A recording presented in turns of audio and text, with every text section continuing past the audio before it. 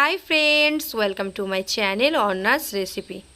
আজকের রেসিপি বানানোর জন্য ফ্রাইং প্যানে তেল গরম করে ডিমের ভুজিয়া করে তুলে নিচ্ছি। ওই ফ্রাইং প্যানেই তেল গরম করে পেঁয়াজ হালকা ভেজে নেব। পেঁয়াজ হালকা ভাজা হয়ে গেলে আদা রসুনের পেস্ট দিয়ে নেড়ে ছেড়ে ধুয়ে রাখা চিকেনগুলোকে দিয়ে 2-3 মিনিট রান্না করে নেব। চিকেনটা সিদ্ধ হয়ে গেলে তাতে পরিমাণ মতো লবণ, বিনস, গাজর, ক্যাপসিকাম ও কাঁচা লঙ্কা কুচি দিয়ে কিছুক্ষণ ভেজে নেব।